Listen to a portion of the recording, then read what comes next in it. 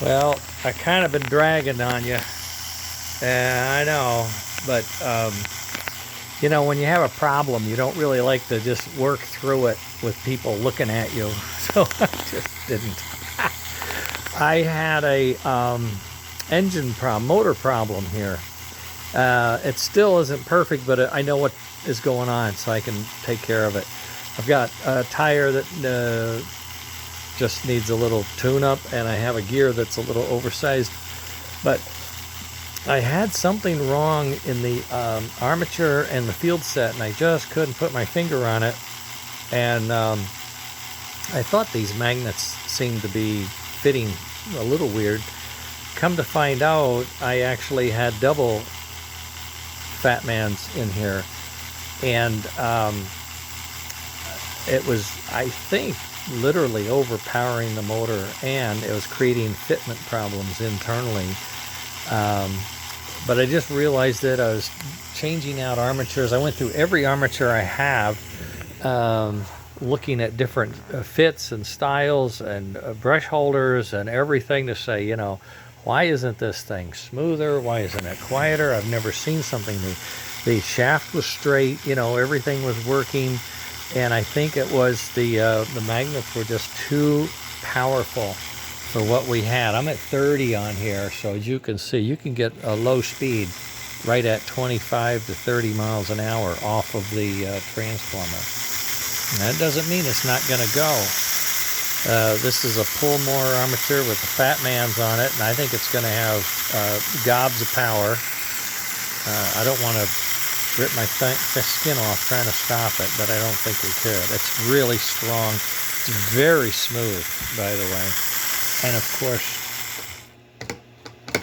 instant reverse every time. The new board, yesterday I was doing some things. See, like right now it's warm, but it's not hot. Yesterday, you can't really see it, but down inside there, it melted into the plastic a little bit. Yeah, it got a little hot. And I had a bad armature, okay? I had an armature that wasn't up to specs. I didn't check it properly. And then I went through some other ones, and I found one. I can't believe this. Look at this. There's the commutator. Look at this. Can you see what I can do? I can bend that plate, that one wedge. It's like a pie, right? 3 pieces of pie. This piece of pie is loose. It can just come out. I don't understand that. I've cleaned these off. I've put them back in. I've checked them. They all seem to be okay, but there was something goofus, and then I got the magnets squared away, and then I put in one of my other ones that I know is a good magnet. It's making a little racket because those teeth are long, okay? So tomorrow, the next day, I'm going to round the tires. I'm going to cut down the teeth, or I'm going to give it more clearance so that it's smoother and quieter. Then I can start putting in my chuff trigger. I didn't want to fuss with the chuff trigger until I knew I had a good, decent motor running.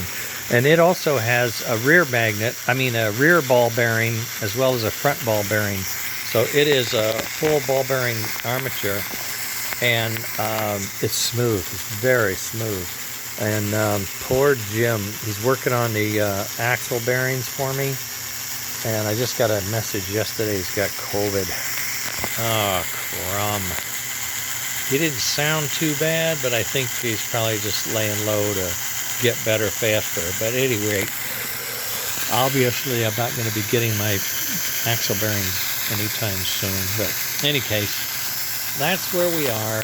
And I'm working now on printing the new shape. I sent you a design review the other day. This part had some issues with the way I made it, and I had to do some filing. I had a lot of rough edges on this piece, but it does, once you fit it and all that, it does fit nicely. These sides, I think we might be a little narrow in here, and we might be a little tall just looking at all the room in here. It looks like a telephone booth. So I'm thinking I'm going to want to do a little there and a little there, and then we'll have it. But proportionally, you know, that you can just see that it needs that tweak. And the wheels, well, you can see the wheels are working, right? But the I think if you weathered these, you know, like painted these black and put some dirty silver on it here and there, print it in black or print it in silver. These trucks could be nice, and I can change that design on the side. I can copy what they have on the Northerns, and I can copy what they have on the passenger heavyweights. So I could make these all-wheel for the other ones too. Shouldn't be a problem. But I don't know, big relief. Just in the last 15 minutes, I have this thing. Without the gear, it's almost silent and at low speed. So I know that all the rattle is in that gear, and I know it's down. It might be down a little too much, or the teeth are a little bigger than the other one, or something like that. But I'll figure that out. Make sure everything's smoothed out, and it's nice and smooth, I have to say. Very nice, very smooth. And when I'm over on my other power supply, it rips. You know, it just rips. So much better, much better.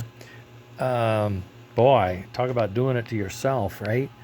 Put in double magnets. I may have done that as a test and just forgot about it. I don't know, but there seemed to be a little room in there, and all of a sudden, what the heck? And I pried out on the magnet, and I looked, there were two stacked. You know, you could see two bodies just like that. So I pulled the one off, put it all back together, and it actually runs a lot smoother. So I'm thinking I just overwhelmed the armature with the magnetic fields. Okay, gotta run. Garbage day, you know, Monday. Working on the printer, but I had run out of filament and had to change it, and it's like, oh God.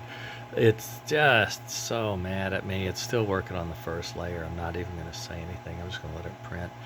I'm trying to print the new side plate, see what it looks like. And I decided to print it in two halves, two thin halves, because both sides had detail, and I didn't. How are you going to get the detail if it's on two sides? So anyway, that's that. Okay, anyway, motor's fixed. Oh, and I did another thing I hadn't been talking about because I didn't want to. My prototype, 4 Sounds, you know, you've heard it. It was beautiful. 4 Sounds, here they come. So I've got the new production board and built one, put it together. Nothing. Absolutely nothing. Went over everything. Come to find out, the chip needs to go in inverted, which then would block your ability to put in that memory chip that way, because the opening is out here. So that meant I had to flip the radio board onto the other side. So when you install it using this board, it has to go in with the chips down and the bare board up and the radio board like that. Oh well, you know, sometimes. Arriving at track 3, the Baltimore, Ohio Royal Blue Special from New York City. Arriving track 3. Is that a speaker or what? Now you know why I wanted all that room. This baffle probably won't make it, but I can print a baffle for that speaker, and I think we're going to be in really good shape. All right, I got to hightail it. Talk to you guys later. Bye.